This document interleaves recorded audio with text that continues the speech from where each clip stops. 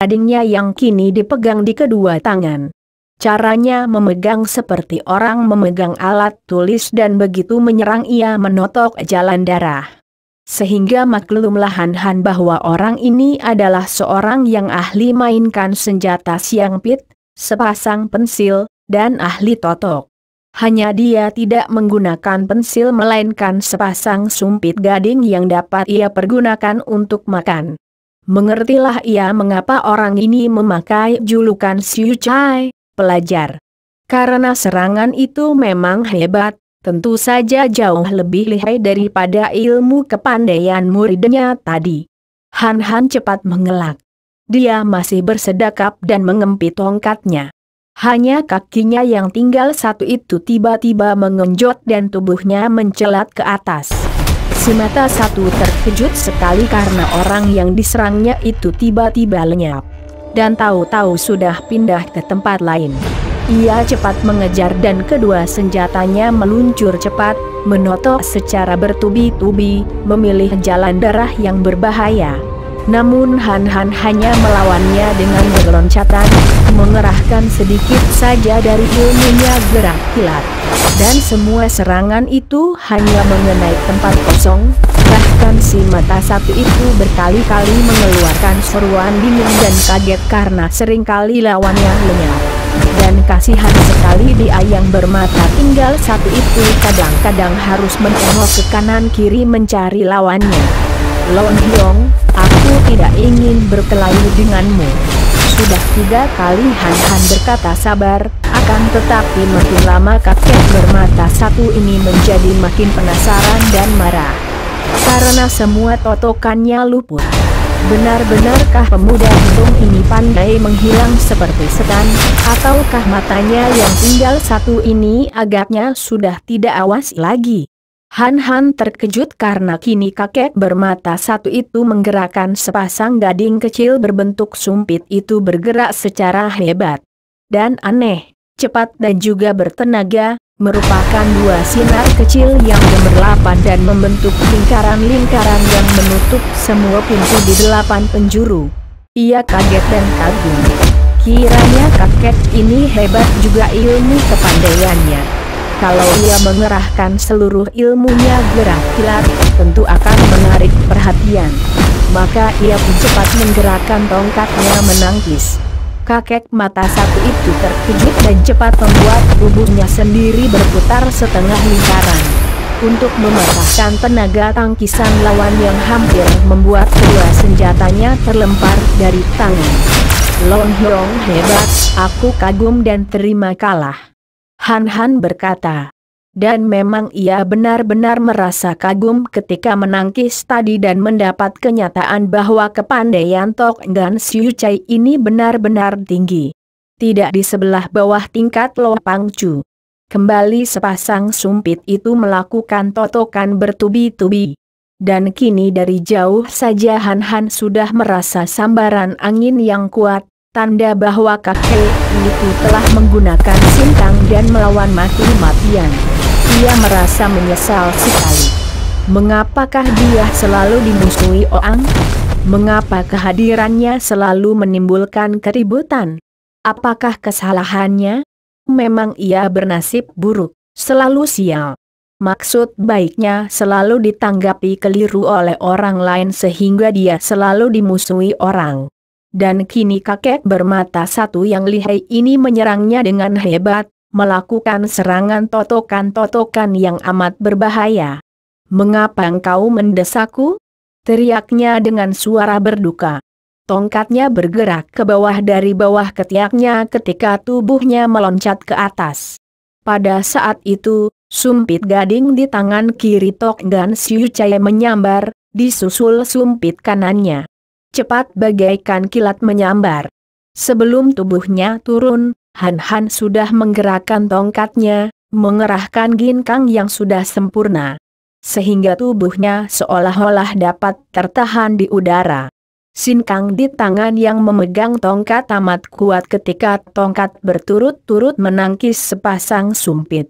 Melekatnya dan sekali renggut, Tok Gan Siu Chai berseru kaget. Kedua batang sumpitnya tak dapat ia tahan lagi, terbang lepas dari kedua tangannya. Dan terus terbang mencelat ke atas, menancap pada langit-langit ruangan itu yang tinggi. Omitohut, benar mengagumkan.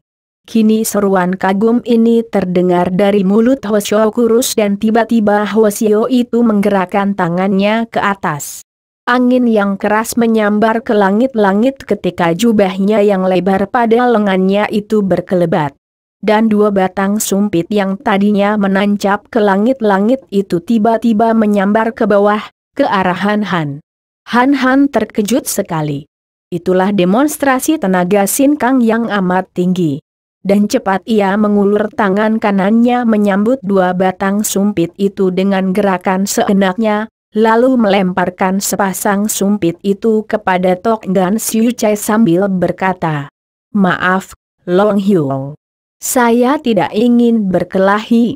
Tok Gan Siu Chai sebagai seorang tokoh Kangou yang berpengalaman, maklum bahwa dia bukanlah lawan pemuda buntung itu.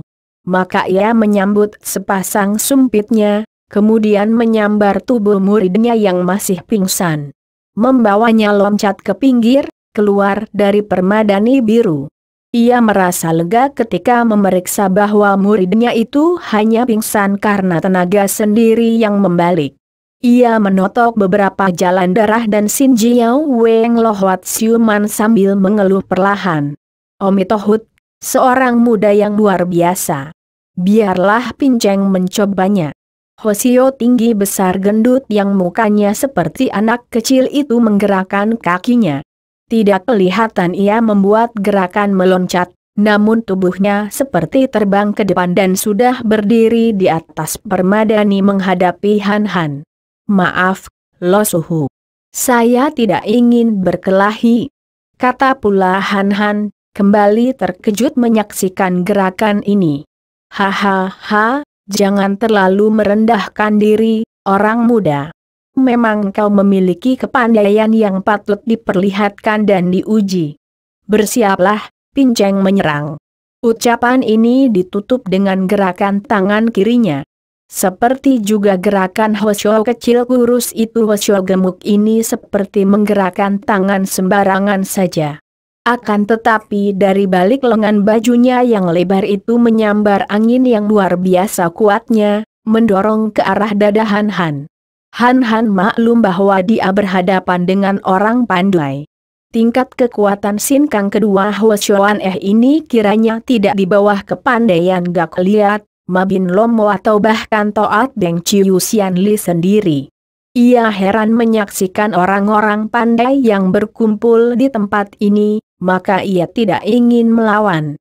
Cepat tubuhnya mencelat dan pukulan itu lewat di bawah kakinya. "Bagus, Sin Kangmu hebat, juga Gin Kangmu amat luar biasa." Belum pernah Pinceng menyaksikan gerakan seperti kilat cepatnya itu. Hwasyo gendut itu mulutnya memuji, akan tetapi tangan kirinya kembali menampar. Dan angin pukulan yang lebih kuat lagi menyambar ke arah tubuh Han Han yang masih di udara. Akan tetapi dia membelalakan matanya lebar-lebar ketika melihat betapa tubuh pemuda buntung itu kembali mencelat ke samping. Padahal kakinya belum menginjak lantai. Bagaimana mungkin dapat bergerak seperti itu sehingga kembali tamparannya luput? Ia mulai penasaran dan beberapa kali tangan kirinya menampar-nampar. Dan angin berbunyi bercuitan ketika tamparan itu menyambar dari kanan kiri dan mengejar bayangan Han Han yang terus berpindah-pindah secara aneh. Semua orang yang berada di situ menjadi silau matanya. Mereka hanya melihat penderita gendut itu menggerak-gerakkan tangan kirinya seperti orang mengebut-ngebutkan kipas. Dan mereka tidak dapat melihat lagi tubuh pemuda pincang, atau melihat tubuh pemuda itu berubah menjadi banyak karena mencelat ke sana kemari dengan amat cepatnya. Han Han sambil meloncat ke sana sini memperhatikan penderita gendut itu dan melihat bahwa sejak tadi Hwasyo itu hanya menggunakan tangan kirinya untuk mengirim angin pukulan, sedangkan tangan kanannya selalu disembunyikan di bawah jubahnya menekan pinggang. Bukan main, pikirnya, baru maju tangan kirinya saja sudah begini hebat, apalagi kalau tangan kanannya yang bergerak. Dia menaksir bahwa tangan kanan itu tentulah hebat sekali dan agaknya kini masih belum dipergunakan si Hwasyo sebagai ilmu simpanan atau cadangan yang hanya akan dipergunakan kalau perlu saja. Semenjak ia keluar dari tempat persembunyian gurunya, nenek berkaki buntung, belum pernah ia bertemu lawan yang sepandai ini. Maka diam-diam Han Han menjadi gembira dan ingin menguji kemampuannya sendiri. Ingin pula melihat bagaimana hebatnya tangan kanan Hwasyo gendut itu. Setelah timbul keinginan ini, ketika kakinya turun menotol lantai, ia membuat gerakan untuk mengurangi tenaga pantulan kakinya dengan berjungkir balik. Sehingga tubuhnya berjungkir balik berputaran sampai belasan kali seperti kitiran, barulah kakinya turun ke lantai. Dan ketika pada saat itu Hwasyo gendut itu kembali memukul ke arahnya dengan tangan kiri, kini pukulan jarak dekat karena memang Han Han turun di depan Hwasyo itu yang agaknya ingin pula menguji kekuatan Han Han. Pemuda ini pun menerima pukulan yang merupakan tamparan dengan telapak tangan terbuka itu dengan dorongan telapak tangan kanannya. Omitohut, luar biasa. Tubuh Hwasyo itu bergoyang-goyang. Mukanya menjadi merah seperti udang direbus dan ia merasa betapa seluruh tubuhnya panas sekali. Karena ketika menyambut pukulan tadi, Han Han sengaja mengerahkan tenaga inti Huyang Xinjiang. Han Han kagum bukan main karena melihat betapa Hwasyo itu dapat menerima tenaga sakti ini dengan hanya tergoyang tubuhnya dan merah mukanya. Benar persangkaannya bahwa Hwasyo itu memiliki kesaktian yang tidak kalah oleh si setan botak gak liat. Orang muda, engkau menarik sekali. Coba terima ini. Hwasyo gendut itu tiba-tiba mengeluarkan tangan kanannya dari balik jubah dan alangkah kagetnya hati Han Han melihat tangan itu berwarna biru sekali. Biru kehitaman akan tetapi seperti bercahaya. Dan dengan tangan kanan itu kini Hwasyo itu menyerangnya. Serangkum tenaga dahsyat memecah hawa udara menyambar ke arah Han Han dengan menimbulkan uap hitam yang panas sekali. Han Han cepat menggerakkan kakinya menotol lantai dan tubuhnya mencelat dengan kecepatan yang luar biasa. Sehingga uap hitam itu lewat di bawah kakinya. Akan tetapi kini ia sudah mengenal pukulan itu, yang ia dapat menduga tentulah pukulan itu berdasarkan hawa yang tang seperti Huyang Xinjiang. Akan tetapi jauh lebih berbahaya karena uap hitam itu tentu mengandung pengaruh yang luar biasa. Timbul pula keinginannya mencoba. Tadi ia sengaja menggunakan Huyang Xinjiang, karena ia masih belum berani mempergunakan tenaga inti es yang ia latih di Pulau Es. Maklum bahwa tenaganya itu luar biasa sekali kuatnya sehingga membahayakan nyawa lawan. Akan tetapi kini, melihat pukulan tangan kanan Hwasyo itu yang ia duga tentu amat kuat, setelah ia turun, ia menanti Hwasyo itu memukul lagi. Hwasyo gemuk itu menjadi penasaran sekali. Jarang memang ia mengeluarkan tangan kanannya. Ia merasa malu kalau tangan kanannya yang hitam itu kelihatan orang, maka kalau tidak terpaksa sekali. Biarpun dalam pertandingan, ia tidak mengeluarkan tangan kanannya. Kalau sekali ia mengeluarkan tangan kanannya, sekali pukul saja ia harus dapat mencapai kemenangan. Akan tetapi sekali ini, pukulannya yang amat dahsyat itu tidak mengenai sasaran. Padahal biasanya, baru terkena tiupan sedikit hawanya saja, tubuh lawan sudah menjadi hangus. Hwasyo gemuk ini bersama temannya yang kurus, adalah dua orang tokoh besar di Tibet. Pada waktu itu menjadi pembantu yang terpercaya dari Dalai Lama sebagai pendeta besar dan ketua di Tibet. Hwasyo gendut itu bernama Tian Kok Lama, terkenal sekali dengan ilmu kepandaiannya yang hebat. Sinkangnya yang jarang bertemu tanding, dan tangan kanannya yang mengerikan karena tangan kanannya inilah ia dijuluki Hek In Hui Hong Chiang, tangan awan hitam angin berapi. Adapun Hwasyo Wurus itu pun bukan orang sembarangan. Karena dibandingkan dengan Hwasyo Gemuk, sukar dikatakan mana yang lebih lihai karena mereka memiliki keahlian sendiri-sendiri. Hwasyo Wurus ini selain hebat sinkangnya, juga terkenal sebagai ahli ilmu sihir yang disebut Ihun Su Hoat, semacam hipnotisme yang dapat menguasai semangat lawan. Dan ilmu pukulan Sin Kun Hoat Lek, sihir tangan sakti. Ketika Tiantok Lama yang sudah terlanjur mengeluarkan tangan kanannya itu tidak mampu mengalahkan Han Han dengan sekali pukul. Kini melihat pemuda itu sudah turun lagi, ia cepat mengerahkan tenaga, dari perutnya yang besar langsung dari pusar keluar suara kokokok 3 kali dan tangan kanannya yang hitam itu mendorong ke arah Han Han. Bukan main hebatnya pukulan ini. Warna biru kehitaman itu makin mencorong dan uap hitam yang keluar dari telapak tangan itu seolah-olah mengandung api menyala dan terasa amat panasnya. Sehingga ruangan itu ikut terasa hangat. Pukulan hebat ini sepenuhnya meluncur ke arah dada Han Han. Han Han yang timbul kegembiraannya melihat ilmu yang dahsyat ini, cepat mengerahkan sinkangnya. Menggunakan tenaga inti es yang ia latih di Pulau Es, disalurkan tangan kirinya mendorong maju menyambut telapak tangan hitam itu. Dengan pukulan macam ini, yang merupakan inti dari Swat Im Sin Chiang yang paling hebat, Han Han mampu memukul air menjadi beku, menjadi bongkah-bongkah es sebesar anak kerbau. Kini 2 pukulan sakti yang amat dahsyat itu saling menerjang untuk bertemu. Hwasyo gendut itu, Tiantok Lama menjadi kaget dan menyesal. Ia merasa sayang kepada pemuda kaki buntung yang memiliki ilmu kepandaian luar biasa itu. Dan hanya karena penasaran, bukan karena marah atau benci, ia menggunakan tangan kanannya. Dan tadinya ia mengira bahwa pemuda itu tentu akan menggunakan ilmunya mencelat yang luar biasa itu untuk menghindar. Siapa kira pemuda itu malah menerima pukulannya dengan langsung, menggunakan telapak tangan kirinya. Namun, ia sudah terlanjur memukul dan kalau ditariknya kembali tentu akan membahayakan isi dadanya sendiri. Maka terpaksa dia melanjutkan pukulannya dengan hati menyesal karena ia merasa yakin bahwa pemuda itu tentu akan roboh dan tewas, tak mungkin dapat ditolong lagi. Des. Cesah.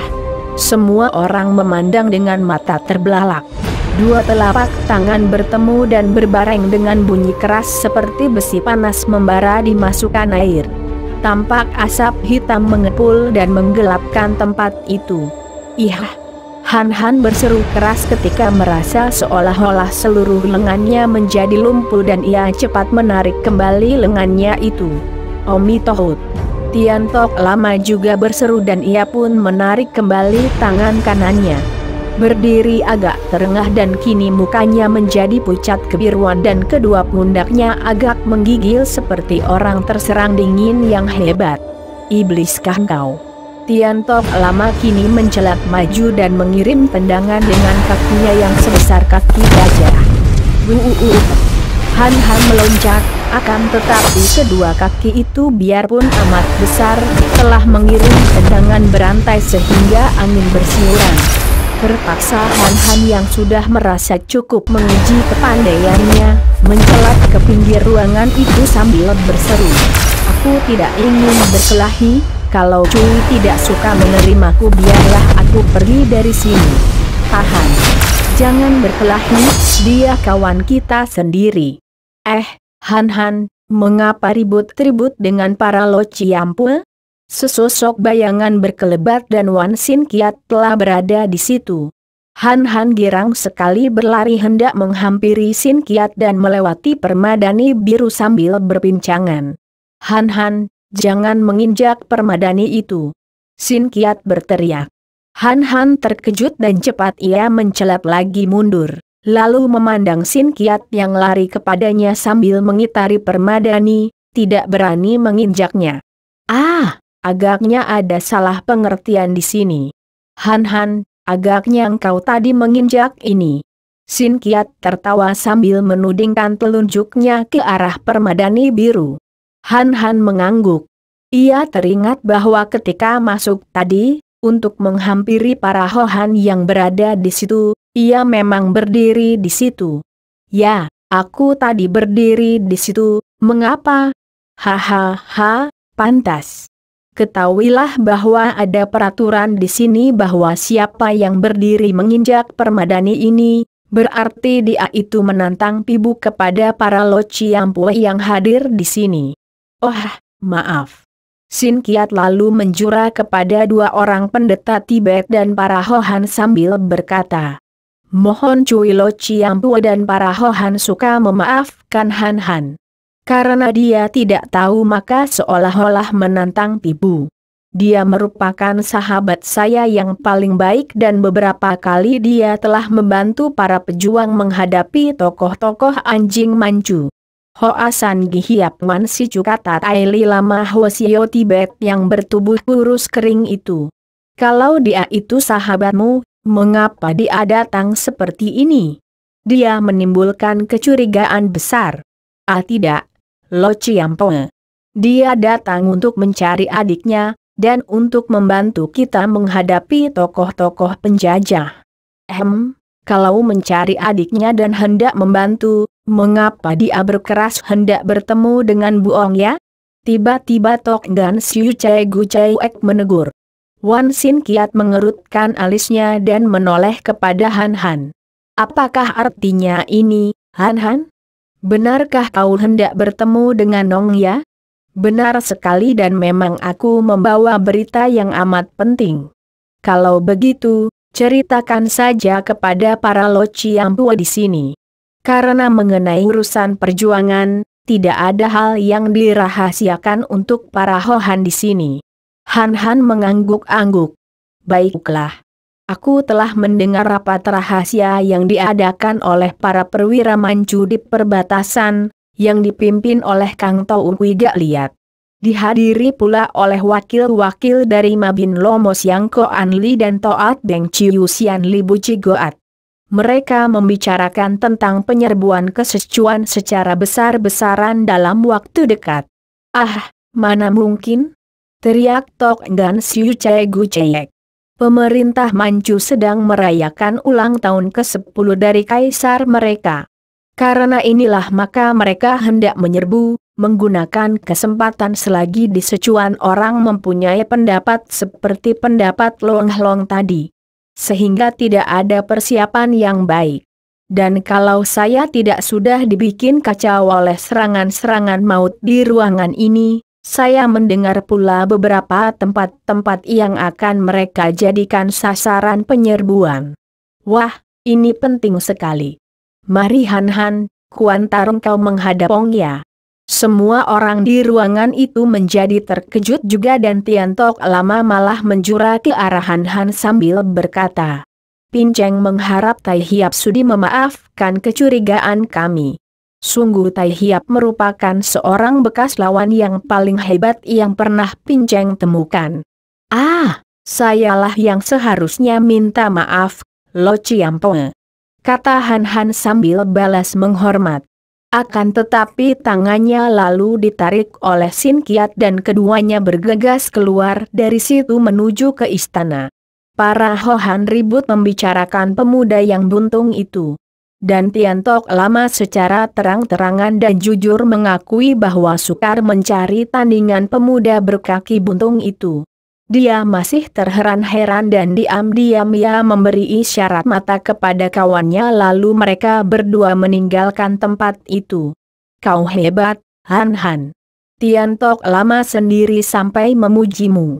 Ah, kau maksudkan Hosyo yang gemuk itu? Dialah yang hebat. Agaknya lebih lihai daripada Toat Beng Chiu Sian Li. Kata Han, benar-benar dia kagum sekali. Dan dia menyebutmu Tai Hiap. Merah wajah Han. Sudahlah, Sin Kiat. Apakah kau sudah mendengar tentang adikku? Wajah Sin Kiat yang tampan itu menjadi muram dan dia kelihatan berduka ketika menggeleng kepalanya. Sungguh menyesal sekali, aku belum berhasil, Han Han. Han Han menarik napas panjang. Ada seorang nona sedang mencoba untuk membantu mencarinya, namanya Tan Hian Cheng. Ah, Putri Cisin Motanson. Bagus sekali, dia adalah seorang yang terkenal ahli yang mengenal semua daerah ini. Kalau dia membantu, kenapa? Sin Kiat heran melihat wajah Han Han menjadi muram. Kasihan dia. Ayahnya gugur. Apa? Bagaimana? Nanti saja aku ceritakan. Lebih baik sekarang kita menghadap Bu Ong ya. Sin Kiat menemui kepala pengawal dan karena dia sudah dikenal, maka mereka berdua lalu dikawal menghadap Bu Ong ya, yaitu Raja Muda Bu Sam Kui yang amat terkenal itu. Bu Ong ya menerima mereka berdua di dalam ruangan yang besar dan Raja Muda yang amat terkenal sebagai bekas jenderal yang paling gigih mengadakan perlawanan kepada pemerintah Manchu. Ia duduk di atas kursi emas dijaga oleh para pengawal pribadinya. Ia sudah mendapat laporan tentang Han Han, tentang sepak terjang pemuda buntung ini di Hohan Bukoang. Maka ketika Han Han datang terpincang-pincang bersama Sin Kiat, dari jauh ia sudah memandang penuh perhatian dengan wajah berseri. Sin Kiat memberi hormat dengan menekuk sebelah lututnya dan bersoja, diturut oleh Han Han yang biarpun hanya berkaki satu, namun ia dapat berlutut dengan gerakan wajar sehingga seolah-olah dia tidak buntung. Duduklah, Jiwi Hohan, kata Bu Sam Kui dan dua buah kursi disodorkan oleh seorang pengawal. Sin Kiat dan Han Han lalu duduk di atas kursi menghadapi Bu Sam Kui. Han Han memandang wajah Raja Muda itu sejenak, melihat bahwa Raja Muda itu usianya sudah tua, tentu sudah 60 tahunan. Akan tetapi masih kelihatan gagah dan tegap, dengan sinar mata yang tajam bersinar-sinar penuh semangat dan keberanian. Di lain pihak, begitu bertemu pandang dengan Han Han dan melihat sinar mata pemuda buntung itu tajam luar biasa, membuat kedua matanya sendiri serasa ditusuk pedang. Di dalam hatinya Bu Sam Kui menjadi kagum sekali, dan lenyaplah keraguan dan ketidakpercayaannya ketika tadi mendengar laporan bahwa pemuda ini sanggup menandingi tangan kanan Tian Tok Lama. Wan Sicu, siapakah temanmu yang gagah ini? Bu Sam Kui bertanya penuh wibawa, akan tetapi juga terdengar halus dan ramah. Suara seperti ini pandai membujuk dan mengambil hati orang, pikir Han Han. Teringat betapa banyaknya tokoh Kang Ou membantu perjuangan Raja Muda ini dan betapa banyaknya yang telah mengorbankan nyawa. Termasuk Lu Soan Li dan baru-baru ini Lau Pangcu, kemudian ayah dan kedua orang paman Hian Cheng.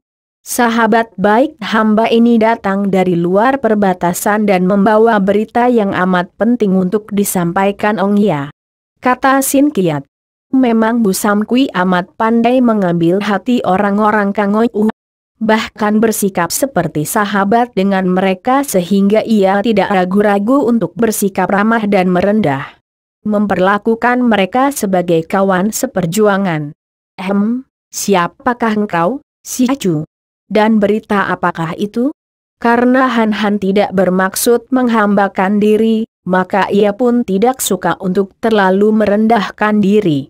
Apalagi Raja Muda ini begini manis budi, begini ramah, maka dengan hati lega dan suara biasa ia lalu menjawab. Saya bernama Han, Shi Suma. Han Han tidak peduli kepada Sin Kiat yang menoleh memandangnya heran. Memang dia Shi Suma, mengapa harus disembunyikan? Dia benci Shi Suma, karena Shi ini mengingatkan ia akan kakeknya yang menurunkan dia. Teringat akan Jai Hoa Sian Suma Hoat.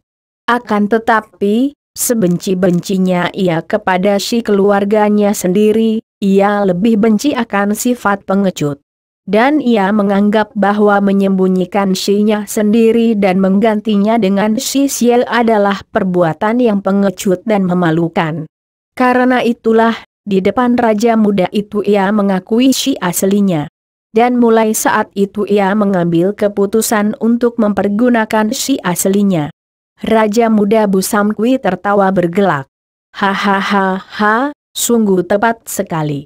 Di zaman seperti ini di mana negara dan bangsa membutuhkan putra-putra Han sejati yang patriotik, yang berjiwa pahlawan, muncul seorang gagah perkasa yang namanya Han Suma Hohan, orang gagah Shi Suma. Berita apakah yang akan kau laporkan kepada aku? Dengan singkat namun jelas Han lalu melaporkan, menceritakan semua yang ia dengar dalam rapat yang diadakan oleh para perwira di bawah pimpinan Setan Botak Cak Liat. Dan menceritakan pula bahwa gerakan penyerbuan yang direncanakan itu siasatnya diatur oleh Putri Nirahai. Mendengar ini, berubah wajah Busam Kui, tadinya berubah agak pucat akan tetapi segera berubah merah sekali. Matanya menjadi beringas, dagunya ditarik kuat dan seluruh sikapnya membayangkan perlawanan. Si keparat. Memang sudah ku dengar nama Nirahai anak selir hitam dari Raja Manchu itu. Kabarnya amat cerdik pandai. Menggunakan selagi mereka berpesta ulang tahun untuk menyergap karena kita tentu sedang tidak menduganya. Bagus. Kita akan menghadapi dan menghancurkan mereka. Pengawal. Undang para Hohan dan para Panglima Unluk berkumpul. Sekarang juga. Wan Sicu, mulai sekarang engkau kuangkat menjadi Panglima Muda. Suma Sicu, engkau kuangkat menjadi Panglima Pelopor. Han hendak membantah akan tetapi lengannya dijawil Sin Kiat yang menatap wajahnya dengan sinar mata penuh semangat. Kemudian malah menariknya ke pinggir untuk memberi tempat kepada para panglima dan para tokoh orang gagah yang kini sudah berdatangan memenuhi panggilan Busam Kui. Berbeda dengan Wan Sin Kiat yang mendengarkan perundingan dan rencana siasat yang dibicarakan untuk menyambut serbuan tentara Manchu seperti yang dikabarkan oleh Han tadi, pemuda buntung ini hanya mendengarkan dengan setengah hati. Tidak begitu mengacuhkan karena memang dia tidak tertarik akan hal itu. Dia datang ke Sichuan dengan tujuan utama mencari adiknya, dan kalau dia membocorkan rahasia para panglima Manchu hanyalah karena dia melihat banyak tokoh-tokoh hitam di pihak Manchu. Sedangkan di pihak pejuang banyak terdapat sahabat-sahabatnya. Di antaranya yang sudah jelas adalah Wan Sin Kiat, mendiang Lu Soan Li dan Lau Pangcu, Lau Sin Lian dan gadis jenaka yang menarik hatinya pula, yaitu Tan Hian Cheng. Karena mengingat akan mereka inilah maka hatinya tentu saja condong membantu Sichuan dan menentang pemerintah Manchu. Penyerbuan besar-besaran bala tentara Manchu tiba tepat pada saat dan di tempat-tempat seperti yang dilaporkan Han kepada Raja Muda Busam Kui. Dan karena sebelumnya pihak Sichuan telah membuat persiapan, maka melalui perang mati-matian bala tentara Manchu akhirnya dapat dipukul mundur.